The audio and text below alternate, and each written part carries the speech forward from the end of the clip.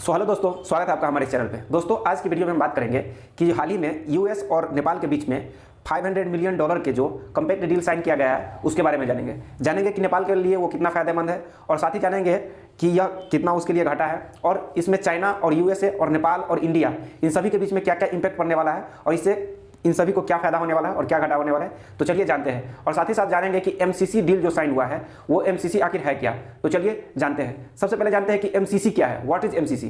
देखिए, एमसीसी एक प्रकार के यूएसए के द्वारा चलाने वाला एक प्रकार के कॉम्पैक्ट डील है, यानी एक प्रकार के प्रोग्राम है जो वो उन देशों को देते हैं जो डेवलपिंग स्टेज में है, यानी कि डेवलपिंग कंट्री है।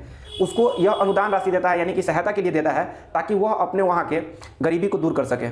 तो यह एमसीसी एक प्रकार के प्रोग्राम है जो यूएसए के द्वारा चलाया जाता है, और वह डेवलपिंग स्टेज वाले कंट्री को देते हैं ताकि वह अपने व्यवस्था को सुचारू रूप से चला सके, उसके अंदर जो भी प्रॉब्लम है उसको सुधार कर सके, चाहे वो कृषि के क्षेत्र में हो, बंदरगाह के क्षेत्र में हो, या रोड मैपिंग हो, या इलेक्ट्रिसिटी हो, इन सभी कुछ भी वो अपने अनुसार जो उसको इसमें लिखित दिया गया है उसके अनुसार चलाने के लिए। तो चलिए जानते हैं एमसीसी क्या। एमसीसी जान लिए। एमसीसी इसमें दो प्रकार के डील को साइन किया जाता है। पहला होता है कॉम्प्लेक्ट डील और दूसरा होता है थ्रेशोल्ड डील। कॉम्प्लेक्ट प्रोग्राम में क्या होता है कि आपको थोड़ा बड़ा अमाउंट दिया जाता है, वो 5 साल के लिए दिया जाता है, और 5 साल के अंदर में उसे खत्म करना रहता है। और थ्रेशोल्ड डील में क्या होता है, थोड़ा छोटा अमाउंट दिया जाता है और उसके तहत आपको चलाना रहता है।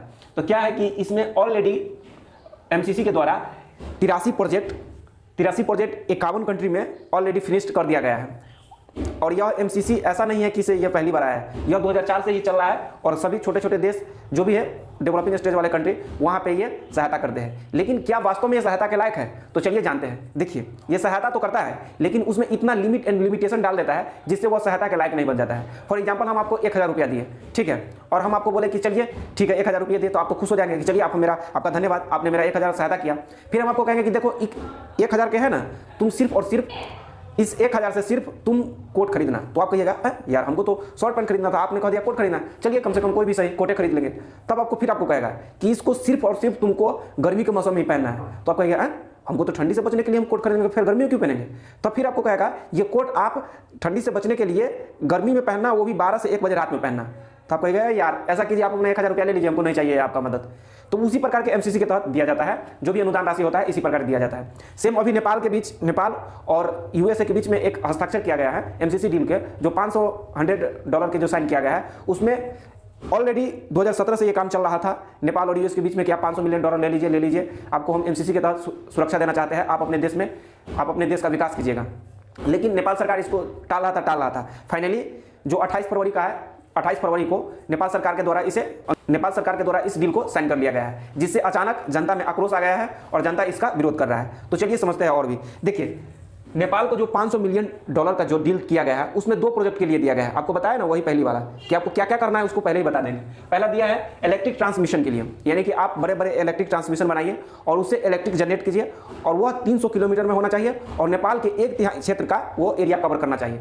और उससे जो इलेक्ट्रिसिटी प्रोड्यूस होता है वह आप सिर्फ और सिर्फ भारत को ही बेच सकते हैं, दूसरा कोई कंट्री को नहीं बेच सकता है। तो हम आपको बता दिए ना, वही कोट वाला सिस्टम इसमें लगा दिया कि कोट खरीदिए, तो आप क्या कीजिएगा। और दूसरा कहा है कि आप इससे रोड मैनेजमेंट प्रोजेक्ट, दूसरा प्रोजेक्ट है रोड मैनेजमेंट प्रोजेक्ट के तहत भी कहा गया है कि आप अपने देश को रोड मैनेजमेंट जो है उसको सही कीजिए, यानी कि जहां भी रोड नहीं है उसको बनाइए, और उस रोड मैनेजमेंट को 300 किलोमीटर में ही बनाइए। देखिए, अब रोड बनाइए, कितना दूर बनाइए वो भी बता दिया, और कहा कि ये जो $500 मिलियन जो हम आपको सहायता राशि दे रहे हैं, उस प्रोजेक्ट जब खत्म हो जाएगा तब आपको इस मैनेजमेंट को जो कितना पैसा कहां खर्च किया है उसको चेक करने के लिए आप नेपाल के कोई आदमी नहीं होगा, कोई ऑथराइज्ड पर्सन नहीं होगा, वो यूएस के एमसीसी के जो ऑथराइज्ड पर्सन होगा वही आके उस अकाउंट को डील करेगा कि कहां पे आपने कितना पैसा खर्च किया, कितना पैसा किधर लगाया, इन सारी चीज़ को जांच करेगा। तो आप देखिए, जब ये वहां के आदमी आएगा और ये जांच करेगा तो सीधे ही प्राइवेसी का वैसे ही खतरा हो जाता है, क्योंकि दूसरे देश के कोई दूसरा आदमी आके दूसरे देश में उसके अकाउंट को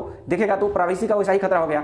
और दूसरा क्या हो गया कि उसको बताया गया है कि इस रोड मैनेजमेंट प्रोजेक्ट में जो भी सारा खर्च होगा और इसका जो भी लिमिट, मैंने जो इसमें लिमिट एंड लिमिटेशन बताया हूँ, वो सारे नेपाल में जो भी नियम एंड कानून बनना है, लॉ एंड ऑर्डर जो भी बना है, उन सारे लॉ और ऑर्डर से ऊपर होगा। यानी कि कहने का अर्थ ये हुआ कि मान लीजिए ये $500 मिलियन यूएसए नेपाल को दिया, और बाद में जाके इस पर अगर कोई भी मुद्दा शुरू होता है तो उस मुद्दा को में नेपाल के कोई भी लॉ एंड ऑर्डर होगा जो इस मुद्दा को बाधा करता होगा, तो वो लॉ एंड तो वो लॉ एंड ऑर्डर नेपाल को काम नहीं करेगा, क्योंकि ऑलरेडी पहले ही एमसीसी के जो भी रिस्ट्रिक्शन है उसमें लिमिटेशन है, उसमें बता दिया गया है कि यह आपका लॉ एंड ऑर्डर से ऊपर होगा। तो इससे आपको पता है संप्रभुता को तो वैसा ही खतरा हो गया, क्योंकि देश का सॉवरेनिटी पे आपको अधिकार कर लिया। सॉवरेनिटी का मतलब क्या हो गया? आप देश में रह रहे हैं लेकिन आपको अपने इच्छा से जी रहे हैं, यही तो सॉवरेनिटी होता है। तो आपको $500 मिलियन का सहायता दिया, प्लस में आपको लिमिटेशन लगा दिया कि यही करना है, तो उसमें तो वैसा ही आपको समझ लिए कि देश की सॉवरेनिटी को वैसा ही बंधक बना लिया।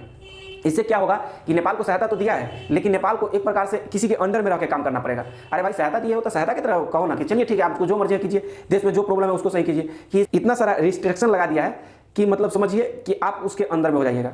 तो ये हो गया। और दूसरा क्या होता है, आप जान लेते हैं कि नेपाल, चाइना, यूएसए, इंडिया, इन सारे के बीच में क्या क्या फर्क पड़ सकता है। तो देखिए नेपाल को इससे फायदा होगा कि घाटा? तो देखिए नेपाल को फायदा तो होगा अगर सिर्फ दिए रहते गिफ्ट कि चलिए ठीक है आपको जो जरूरी है उसको पूरा कीजिए। लेकिन यहाँ पे क्या है कि इतना लिमिट एंड लिमिटेशन लगा दिया है, और प्लस में सॉवरेनिटी के बारे में जो बता दिया, जो भी आपका लॉ एंड ऑर्डर होगा उससे ऊपर मेरा इसमें जो एमसीसी के तहत दिए जाने वाला लॉ एंड ऑर्डर है उससे ऊपर होगा। तो इससे तो उसी स्पष्ट होता है कि यह इसके लिए फायदेमंद नहीं है।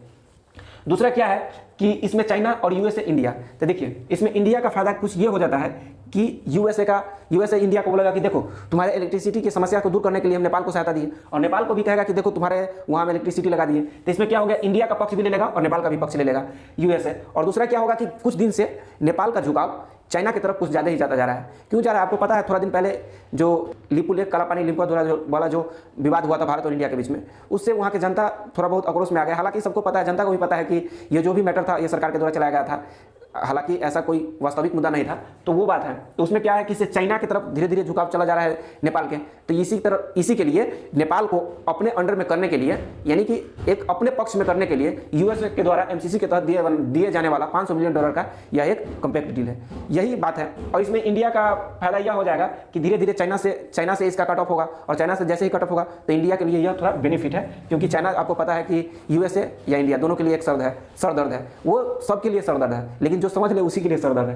तो यही सब है। तो चलिए यही बात है, एमसीसी के बारे में सारे मुद्दा आपको समझा दिए। नेपाल को इसको जल्द से जल्द हटा देना चाहिए, क्योंकि इतना लिमिटेशन के रख के चलाना उचित बात नहीं है। ऐसा नहीं कि यह नेपाल को ही दिया है, चाहे नेपाल ही फर्स्ट बार रिजेक्ट करेगा।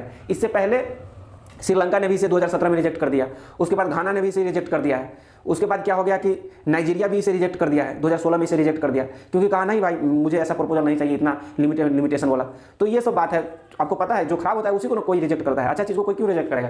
तो नेपाल सरकार को इसे रिजेक्ट कर देना चाहिए, क्योंकि यह अच्छा एमसीसी के तहत दिए जाने वाला $500 मिलियन यह अच्छा प्रोजेक्ट नहीं है। चलिए, तो ये मेरा फर्स्ट फेस स्कैन वीडियो था। इससे पहले मैं वॉइस ओवर करता था, जो भी आता था माइक से बोल देता था और आपको बता देता था, लेकिन यह मेरा first time face scan video है, तो थोड़ा मुझे भी हेजिटेशन होता है, फर्स्ट टाइम कैमरा पाया हूँ। तो यही सब बात है। अब आपको वीडियो फेस स्कैन आएगा और जो भी जानकारी होगा वो फेस स्कैन बता दूंगा, क्योंकि वॉइस ओवर करने में मैं अपने जानकारी को 100% आप तक नहीं पहुंचा पाता था।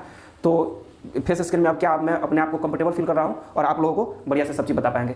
तो चलिए, आपको इससे जुड़ी अगर कोई डाउट है तो आप कमेंट कर सकते हैं। तो चलिए मिलते हैं नेक्स्ट वीडियो में। तो आशा करते हैं कि आपको ये वीडियो पसंद आया होगा।